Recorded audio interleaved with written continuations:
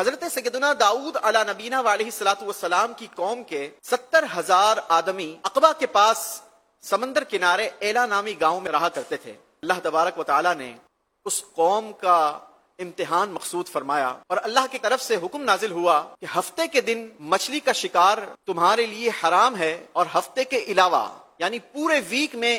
جس دن بھی چاہیں یہ شکار کیا جا سکتا ہے۔ اب اس امتحان کو اور مزید سخت یوں کیا گیا کہ جب لوگ ہفتے کے علاوہ، سیٹرڈے کے دن کے علاوہ پورے ویک میں کسی اور دن جب سمندر کے کنارے جاتے اور جھال ڈالتے، مچھلیاں پکڑنے کی کوشش کرتے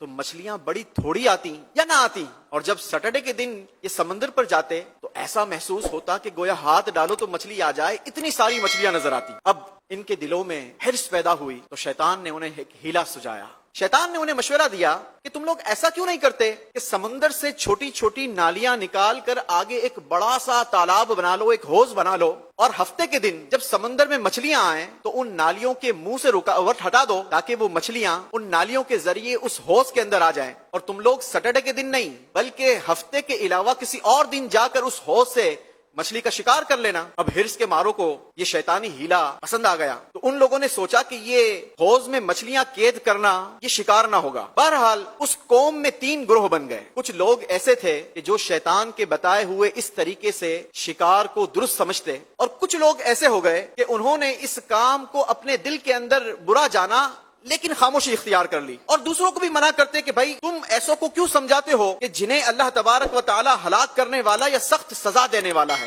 ان کو اپنے حال پر چھوڑ دو۔ اور تیسرے لوگ وہ تھے کہ جو حکم خداوندی پر عمل کرنے والے تھے، جو اس شیطان کی ہیلا بازی کا شکار نہیں ہوئے۔ اب جب یہ 3 گروہ بن گئے تو جو اللہ کے فرما بردار لوگ تھے انہوں نے کہا کہ ہم اللہ کے ان نافرمان لوگوں کے ساتھ رہنا نہیں چاہتے، کہیں ایسا نہ ہو کہ جب ان پر عذاب آئے تو ہم بھی اس عذاب کا شکار ہو جائیں۔ لہٰذا اس گاؤں کے اندر ایک دیوار بنا دی گئی، اور 2 گروہ ایک طرف ہو گئے کہ جو شکار کو برا سمجھتے تھے اور جو شکار سے لوگوں کو خود بھی بچے رہے اور کسی اور کو منع بھی نہیں کرتے تھے لیکن خود بچے رہے۔ وہ 2 گروہ ایک طرف ہو گئے، اور ایک گروہ ایک طرف ہو گیا کہ جو اس شکار کو، شیطان کے بتائے ہوئے شکار کو، اس پر عمل کرنے والا تھا۔ اب جب اللہ کے نبی حضرت داؤد علی نبینا علیہ الصلوۃ والسلام کو اللہ تبارک و تعالی نے اس قوم کی طرف بھیجا، اور آپ کو جب یہ معلوم ہوا تو آپ بڑے غضبناک ہوئے، اور ہفتے کے دن شکار کرنے والے نافرمانوں پر آپ نے لعنت فرما دی۔ اب اس کا اثر یہ ہوا کہ ایک دن جب یہ اللہ کے نافرمان لوگ، شکار کرنے والے لوگ سوئے اور صبح اٹھے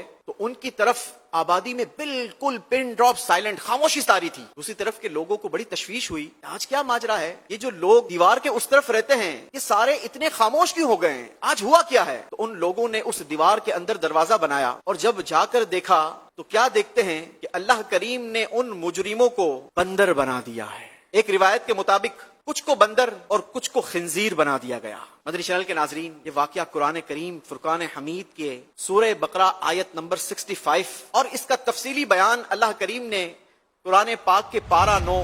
سورہ اعراف کی آیت نمبر 163 سے 166 میں بیان فرمایا۔ یہ لوگ 3 دن تک زندہ رہے لیکن اس دوران نہ کچھ کھا سکے نہ کچھ پی سکے، اور 3 دن کے بعد یہ 12 کے 12,000 بندر بھوک اور پیاس کی شدت میں ہلاک اور برباد کر دیے گئے۔ اگر ہم اس واقعے پر غور کریں تو اس واقعے میں شیطان نے ان حریص لوگوں کو ایک ایسا مشورہ دیا کہ جس نے انہیں اللہ کی نافرمانی پر لگا دیا۔